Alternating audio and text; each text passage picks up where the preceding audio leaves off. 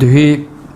کو پشتی بابه مگولی بوی اش دادوری کو دادگاهی هاتی پاشه خستم بود 12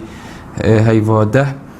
پارزار گود بابه تبخو گوته حاکمی از دمان گرتن کم حتا مرده چکو دی تو زانی کو غدر اکالیت تحکیرین کو و جارسه دادگاهی تا پاشه خستن و از بینم کو و دیویتا متاسی سجیان آوانا چکو اب خو دب خو جاماجه پنده دا کو کشوان یا هات یا خارویت باروانی درونی نه درسته و هر تشتاکی کو بسری بابم بهتن یعنی هر متاسی اکا سجیانوی هبیت از کم از توی دستالات هریما کردستانه و سال کو هیوک در باز بون سرزیدا کرناوی تا نها من دو جاران دیتیه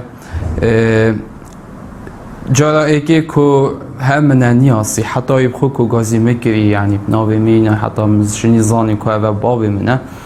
هندی کشاوی هاتی خاره باروانی درونی تندرستی گلک خرابه جهوانی مانع گلک نخوشه یعنی وکی پیزانین بمهاتین کو یتقاع که 12 متر فی 5 و نزدیکی 140 نفره که نیته و او خلک دیل گلوانا هر ایکش درکه اینایو هر ایک توانه که هایو و ساله که هی وقت چون هشتا جاره کابتنه بو ایک خولک جیمه وکی مرو و ملگل باب خون آخفتیه ما دو جاره دیتی وکی بشرا ما ام نشیاین یعنی دل خوب حتی خو اواد دل ما دام بو بیجونه اواد دلی ویده ام بزانین حتی نوکه یعنی مجال هنده نکتیه ام درستی ام زانین بو چی که کشا باب ما هات یا خاره بو چی و سال آواز بویه یعنی روژان داتی دا اگر هم ببینید چه گورانکاری کیس زندانیت مدانه هدکرن آنجی ماوه کوبهاتی دست نشان کردن بود دادگاه ببید نه دنیزی کردن و زندانیت ما هرد وی حالی دا بنود مانگرتن دا بردام بند چه بینوه دمجی کارودان خواه بند و کسو کار اف کسن زندانی از تایبت باب خوشی بشم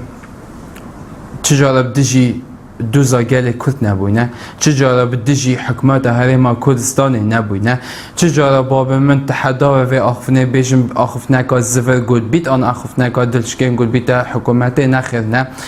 اما من دی یا دوی بو حولاتین هریما کردستان های گشتی تایبت پارزگاه دو که بلا پیچه که وجدان هواجی شول بکتن یعنی بلا پیچه که هواجی هلویستک هبیتن هرچه نبیته به پوستکی اوان کسان چتشته و سانکریه که یعنی چتشته و سانکریه ام سر خوب چه امینین ام سر خوب شلکین بر خلقکی نخیر نه سر مه بلنده الحمدلله اوان کسا اف کسی تبه گنم تایبت کش باب خوجه گالیده بجمه و تحدا و اگر تشتکی سر باب مهبانو که روژه اولی داد با دادگه او هاد با حکم کرن